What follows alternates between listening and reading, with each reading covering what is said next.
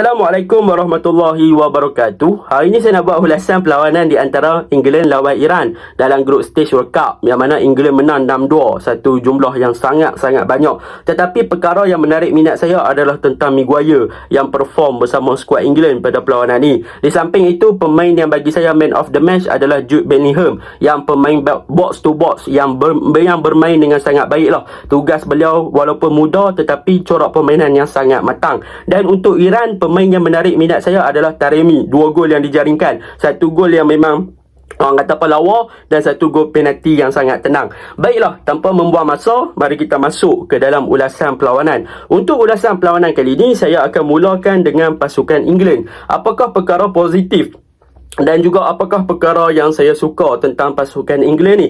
Cara yang saya suka ataupun perkara yang saya suka tentang pasukan England adalah daripada segi mereka punya bentuk ketika mereka melakukan build up ataupun formation, ketika mereka melakukan build up play daripada bawah. Yang mana kalau kita lihat secara dasarnya, England akan build up play daripada bawah dengan penggunaan back two, iaitu Maguire dan juga Stone akan progress the ball sampai ke bahagian tengah. Dan apabila mereka berdua ni sampai ke bahagian tengah, defensive line dah terlalu tinggi. Jadi apa yang dilakukan oleh mereka berdua ni, mereka akan cuba untuk progress the ball ke bahagian hadapan ataupun ke bahagian wide area untuk open game kepada wingback ataupun untuk open game kepada winger. Dan perkara ni dia akan dibantu oleh 2 player, iaitu Declan Rice dan juga akan dibantu oleh Jude Bellingham. Yang mana kita boleh tengok Declan Rice akan sentiasa drop deeper ataupun drop lebih ke bawah untuk berada di antara Maguire dan juga Stone untuk memastikan yang dia cover 2 orang player ni ketika mereka progress the ball ke bahagian hadapan. Dan dalam pada masa yang sama, Jude Bellingham akan turun untuk circulate the ball di kawasan tersebut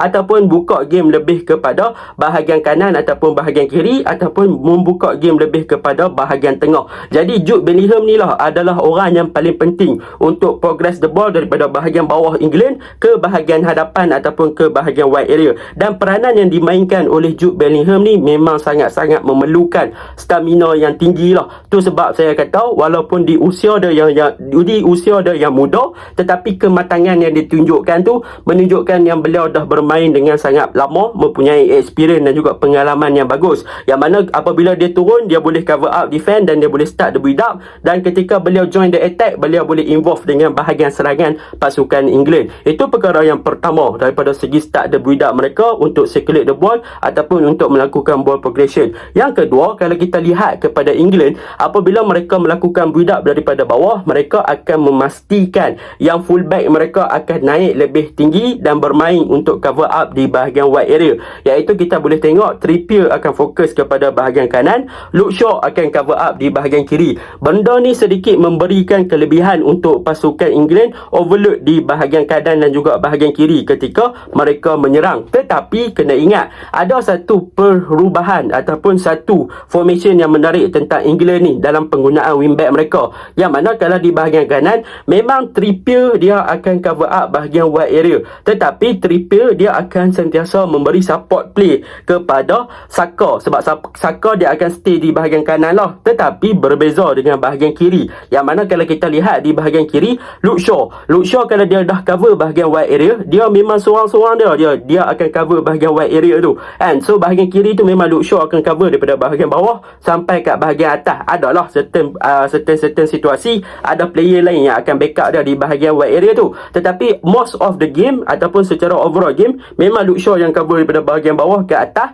Sebab apa? Sebab Sterling dia akan drop masuk ke mid ataupun ke bahagian tengah lebih narrow untuk membentuk double 10 bersama dengan Mount dan juga Sterling. Mount dan Sterling dia akan membentuk double 10 ataupun menjadi attacking midfielder untuk melakukan link up play di bahagian tengah bersama dengan Jude Bellingham tadi. So mereka akan buat benda tu untuk tarik pemain pertahanan Iran untuk lebih fokus kepada bahagian tengah. Jadi apabila pemain-pemain pertahanan Iran dah bentuk lebih fokus kepada bahagian tengah ataupun lebih fokus kepada pergerakan daripada Harry Kane, Sterling dan juga Mount, maka bahagian wide area mereka akan terekspos. Jadi apabila apabila terekspos, senanglah pasukan England untuk overload dan juga melakukan penetrasi ke arah pemain-pemain Iran di bahagian wide area punya posisi. So benda tu yang terjadi kepada pasukan Iran semalam, sebab pemain-pemain England overload di bahagian tengah dan pemain-pemain wide area England tak dijaga dan tak dimarking, dan benda tu memberikan kelebihan untuk England buka game sama ada di bahagian kanan ataupun bahagian kiri. Dan disebabkan itulah kita boleh tengok Bukayo Saka tak dijaga, terekspos. Lepas tu di bahagian kiri Luke Shaw dominan untuk cover up bahagian kiri, boleh hantar jauh dan sebagainya. Itu perkara yang bagus lah tentang England punya formation. Yang kedua. Yang ketiga, tentang England punya formation juga, kalau kita lihat tentang Harry Kane. Ramai bercakap yang Harry Kane boleh menjaringkan gol yang banyak pada perlawanan ni. Sebenarnya walaupun Harry Kane tak skor pada perlawanan ni, beliau adalah player yang sangat bagus. Sebab apa saya kata sangat bagus?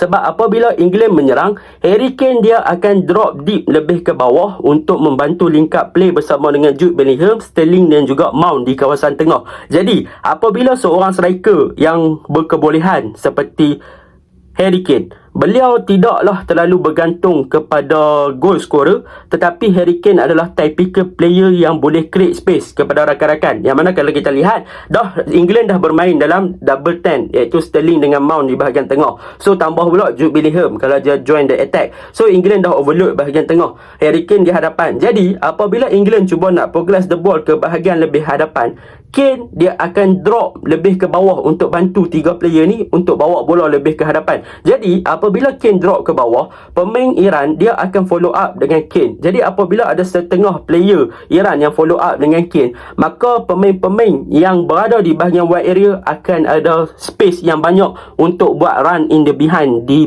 belakang pertahanan. Dan benda itulah yang Kane buat, yang mana dia lebih kepada untuk attract pertahanan Iran untuk follow dia, dan dia akan create space kepada pemain-pemain lain untuk ganti posisi dia. Jadi ada dua cara yang mana Kane buat untuk attract defense. Satu cara yang pertama adalah Kane dia akan attract defense untuk naik lebih ke atas dan buka ruang kepada pemain di winger untuk exploit kawasan tersebut. Ataupun cara yang kedua, Kane sendiri dia akan cover up bahagian wide area untuk buka game, dan pemain-pemain seperti Sterling, Mount ataupun Jude Bellingham akan masuk ke tempat Kane untuk bertindak as a number 9. So mereka lah yang akan ganti tempat serangan Kane di bahagian hadapan, dan Kane pula akan bertindak sebagai assister di bahagian wide area. So dia akan assist lah dengan crossing, dengan buka game dan sebagainya. Itu kebijaksanaan yang ditunjukkan oleh England dalam gameplay semalam lah. Jadi benda tu secara overallnya memang England bermain dalam berpaksikan mereka punya circulation ball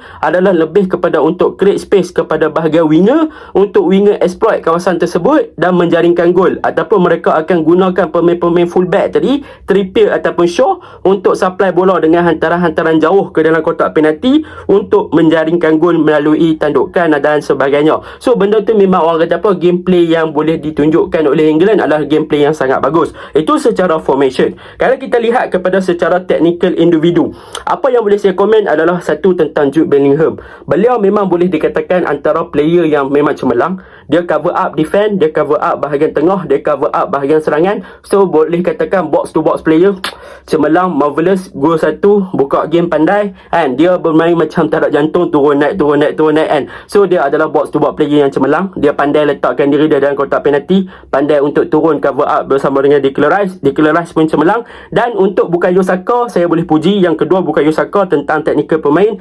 Bukayo Saka semalam memang antara player yang memberi ancaman kepada Iran daripada segi dia punya appearance, daripada segi dia punya ball control, yang mana dia boleh buat dengan lenggokkan body language and semuanya boleh lah semalam. Kiranya Saka lebih kepada treat ataupun ancaman kepada dengan kelebihan individu untuk masuk ke dalam kotak penalti. Dia boleh goyang-goyang, lepas tu dia buat curl, masuk gol.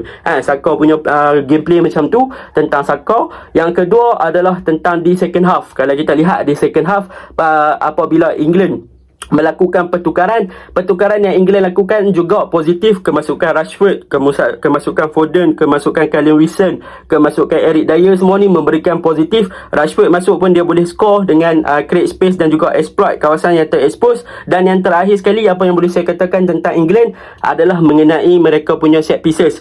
Set pieces mereka bahaya. Mereka ada Luke Shaw yang mempunyai kelebihan daripada segi hantaran-hantaran yang sangat cemerlang, memang tepat, accurate dan sangat-sangat smooth. And England. Dan yang paling penting, kita boleh tengok apabila dapat set pieces, mereka akan cuba gunakan Maguire untuk exploit ataupun untuk menang aerial duel, dan hasilnya Maguire hampir menjaringkan satu tetapi tak berjaya, dan dia berjaya assist satu. So benda tu memang orang kata apa, Maguire memang perform gila dengan England semalam kan. Jadi itu yang kita boleh katakan tentang England. Dan yang paling menarik tentang England secara overallnya adalah kualiti passing mereka ataupun the final quality of passing, yang mana kalau kita tengok hantaran-hantaran terakhir yang dilakukan oleh pemain-pemain England ke dalam kotak penalti untuk mencari player-player yang sedia ada, memang super kan. Perkara ni, benda ni orang kata apa, mereka dah prepare lama. Kalau tak, benda ni adalah masalah kepada England, tetapi sekarang mereka ni adalah ancaman kepada musuh. Sebab apa? Sebab dulu England main macam ni, tetapi mereka hadapi masalah yang ketara daripada segi menyudahkan peluang ataupun the final part of the ball progress lah.